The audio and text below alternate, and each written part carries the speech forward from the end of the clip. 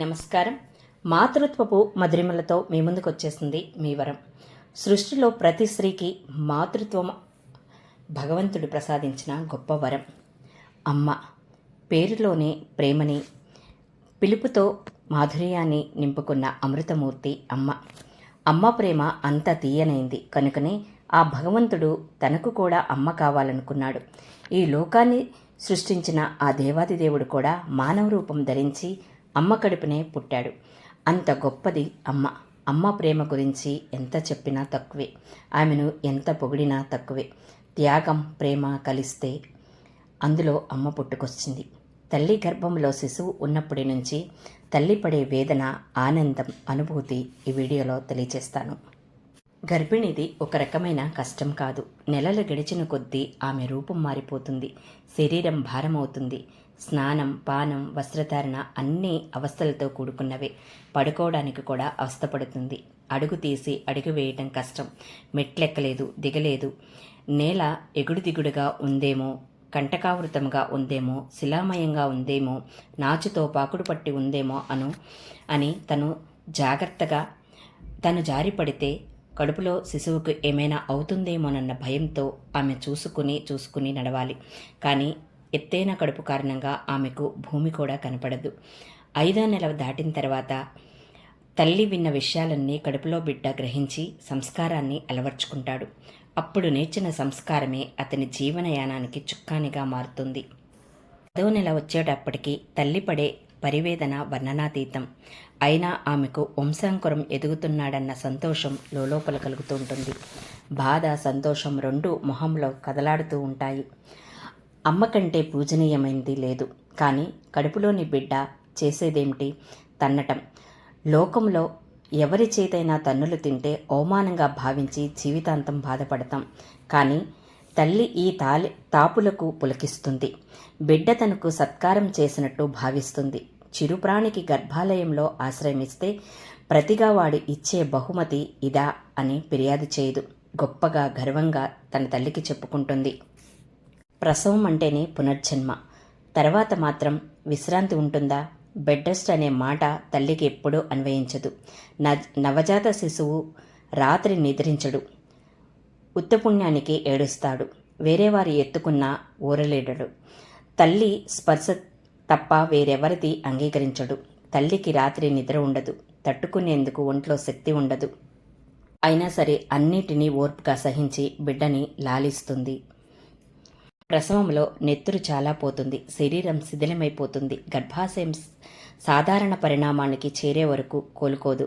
తనకు ఇష్టమైనవి, తన ఆరోగ్యానికి కావలసినవి సేవించలేదు. తనేదైనా తింటే తన పాలు తాగే బిడ్డకు పడదేమోనన్న భయం. బిడ్డకు రోగం వస్తే తల్లి పథ్యం చేస్తుంది. తల్లికి నిరంతరం పిల్లవాడి ధ్యాసే ఉంటుంది. నిద్రలో కూడా మంచం నుండి బిడ్డ ఎక్కడ దొర్లిపడతాడోనన్న భంగతో మీద చేయి వేసి కాపాడుకుంటూ ఉంటుంది.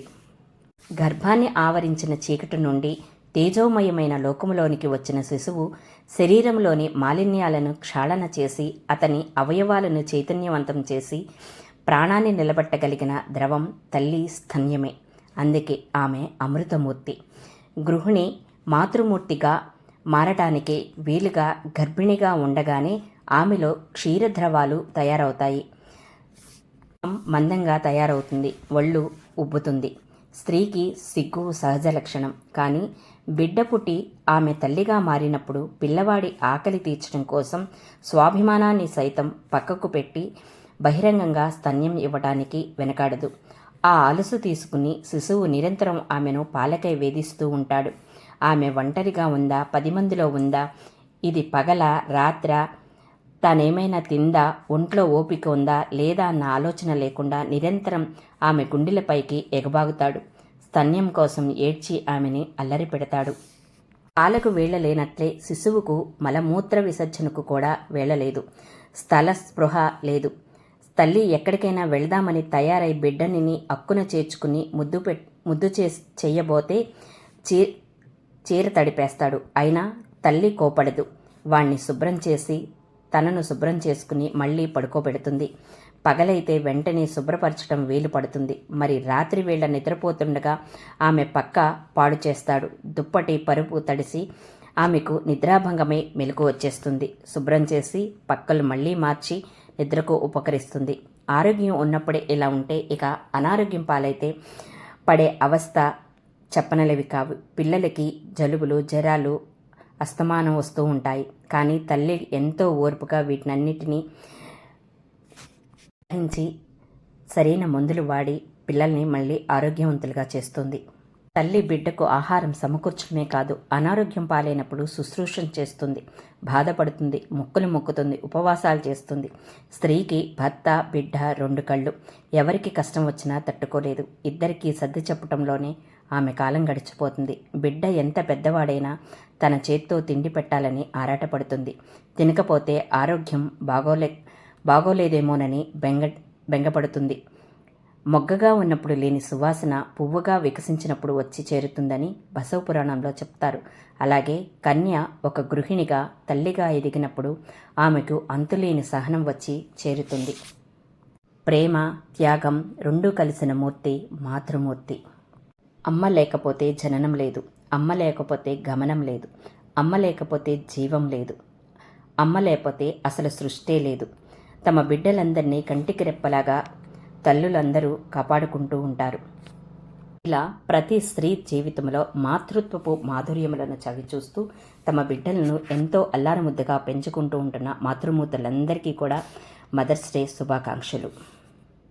ఇలాంటి మరిన్ని మంచి విషయాలు అందించాలని కోరుకుంటూ ప్లీజ్ లైక్, సబ్స్క్రైబ్ అండ్ మీ వరం విలాగ్స్.